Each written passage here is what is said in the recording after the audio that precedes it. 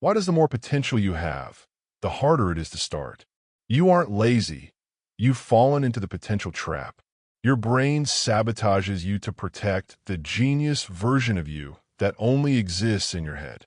Today, I'm revealing how to escape this prison and finally get started. But first, why is your brain terrified of your own success? How does high potential actually kill your productivity? And what is the one psychological shift that turns your talent into action? Most people think the opposite of success is failure. It isn't. The opposite of success is potential.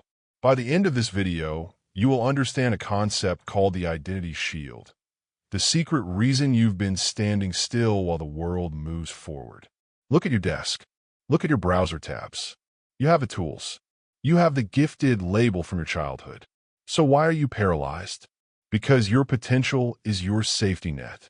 As long as you don't start that business, write that book, or hit the gym, you can still tell yourself you're capable of being the best. The moment you start, you risk being average. Your brain prefers a perfect fantasy over a flawed reality. You are addicted to the idea of who you could be, and that addiction is rotting your discipline from the inside out.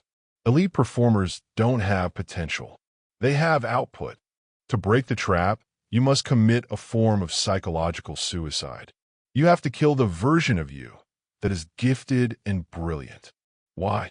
Because that version is a ghost. It does nothing. It produces nothing.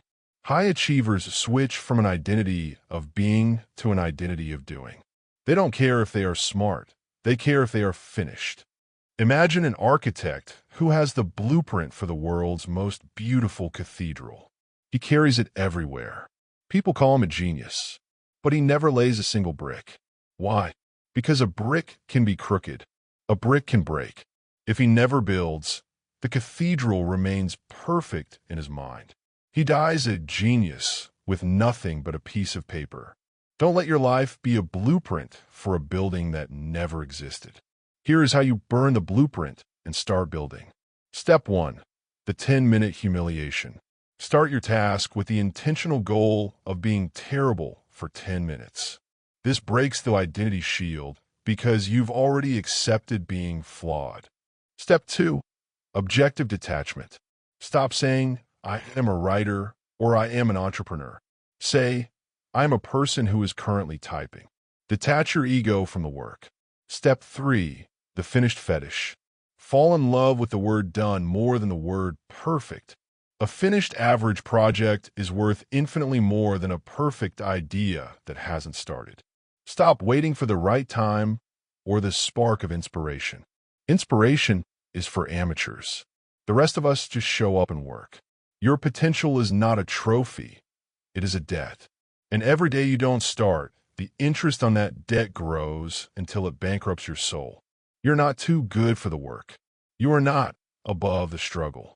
The feeling of being stuck is just your ego trying to keep you safe in a cage of maybe. Break the cage. Accept that you might fail. Accept that you might be average at first. But for the love of everything you value, start. You don't rise to the level of your potential. You fall to the level of your habits. The world doesn't pay you for what you could do. It rewards you for what you have done. Kill the promising version of yourself today. Become the finished version instead. Your move.